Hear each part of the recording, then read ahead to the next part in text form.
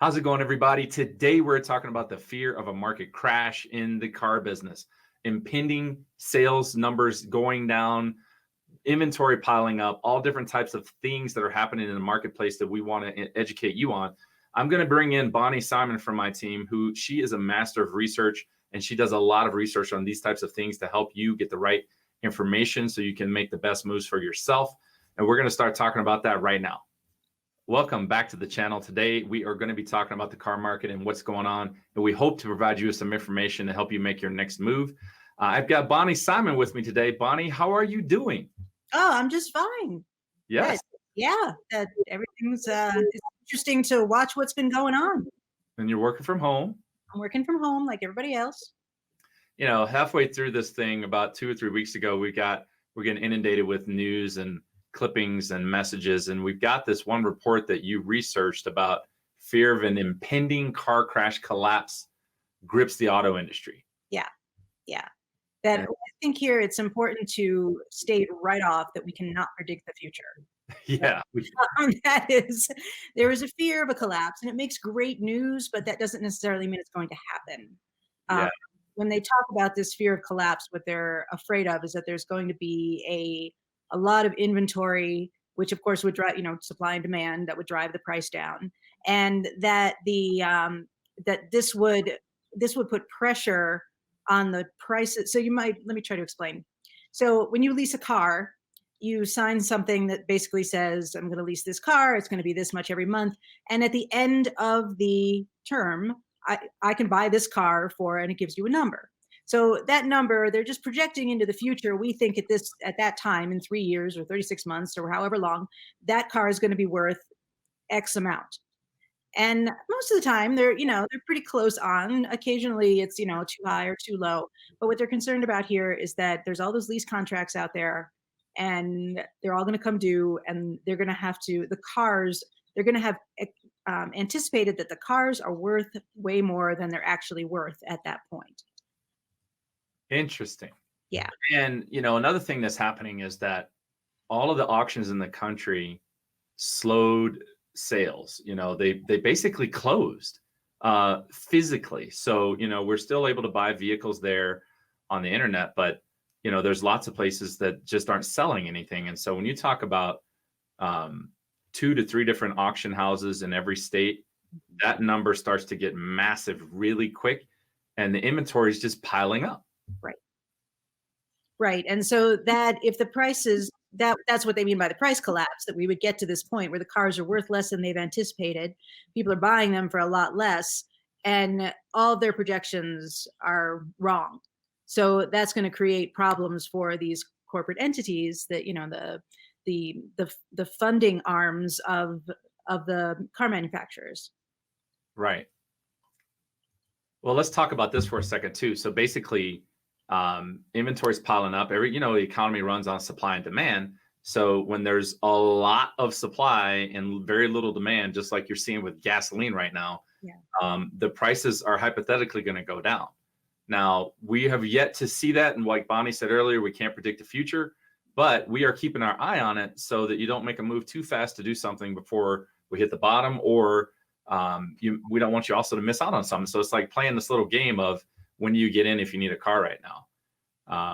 Another thing that's going on is the new car sales are highly impacted by this because people are furloughed. They've closed the dealerships, and that inventory is starting to pile up.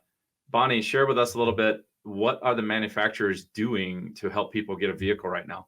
Well, if you want a new vehicle, this is a good time to buy one. There's a lot of 0% loans, and sometimes as much as 84 months, which is what, 7 years?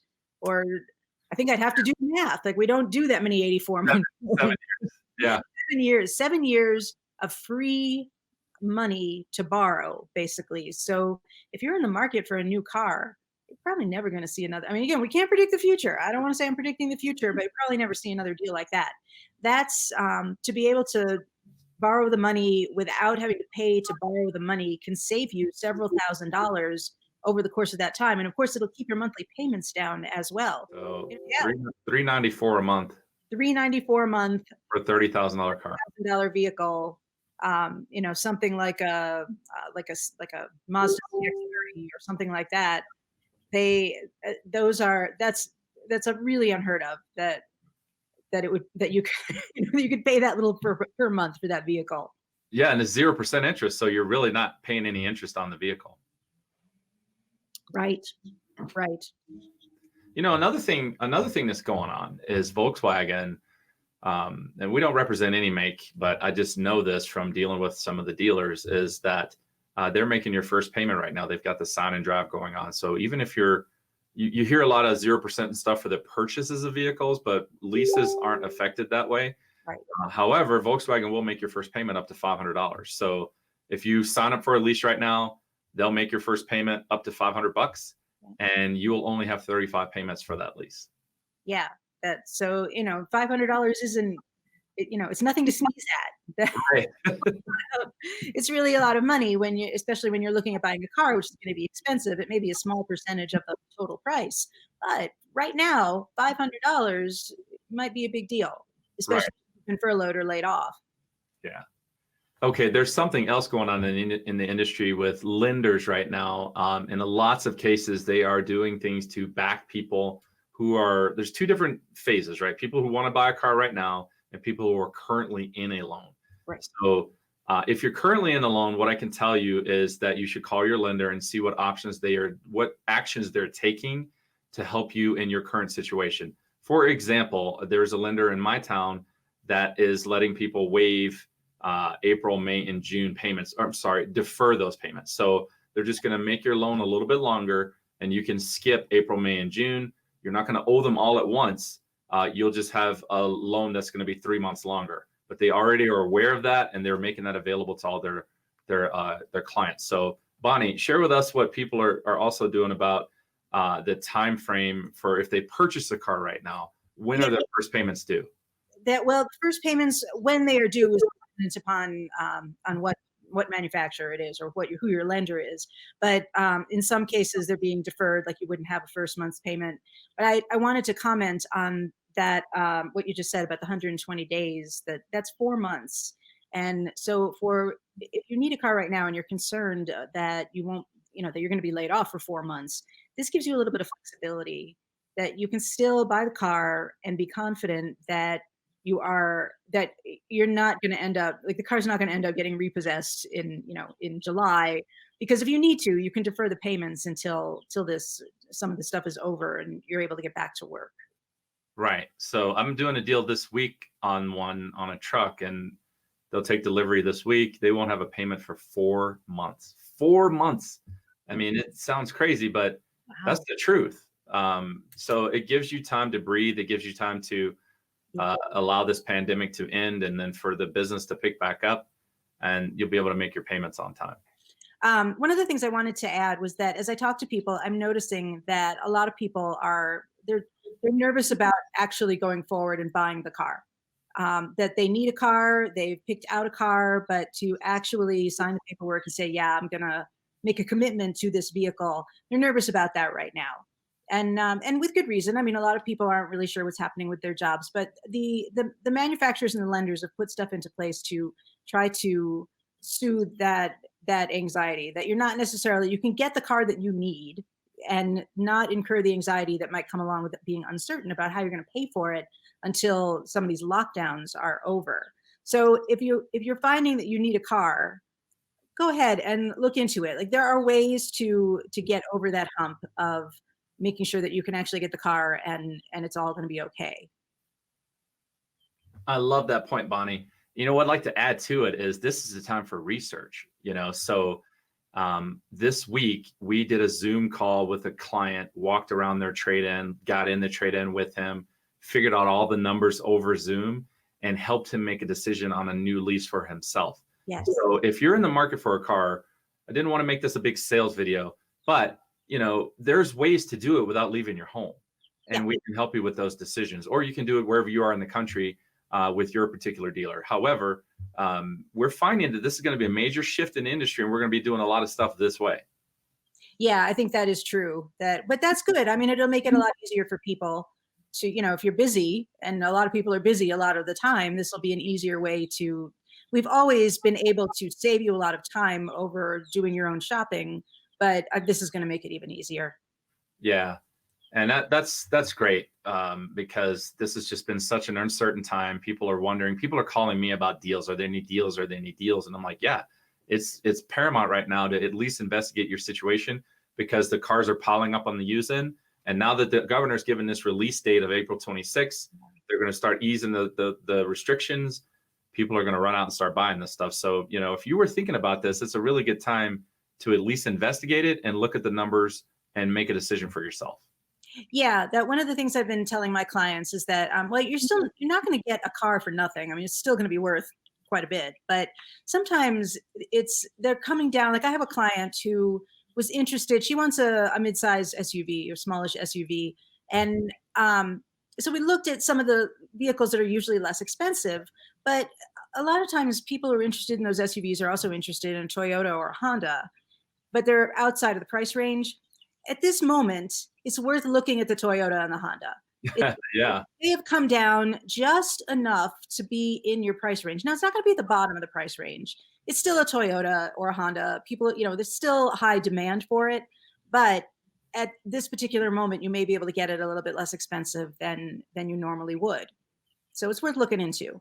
I totally agree. It's like, don't just run out there and do something. This is a big thing of advice from me. It's like, don't just run out and buy because everything is foreseeably lower, or, the illusion is there.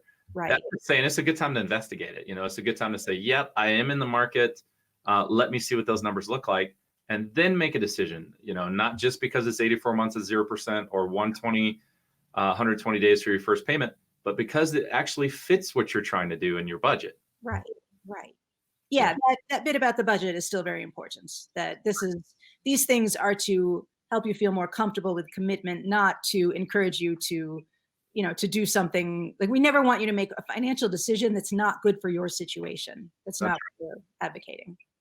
Yeah. So, yeah, guys, if you're watching, don't forget to subscribe to the channel and hit the like button on the video. That tells YouTube we're doing a good job, and share it with your friends. Anything else, Bonnie? There is one thing that comes to mind, which is, as I've said several times, we can't predict the future, but I do think that one thing that some clients have said to me is like, well, if I wait another year, is this, going to be even better? The truth is we really don't know. So the news is always, it always sounds very catastrophic. Everything's going to collapse. We're going to, be able to buy cars for pennies on the dollar. I'm not seeing that.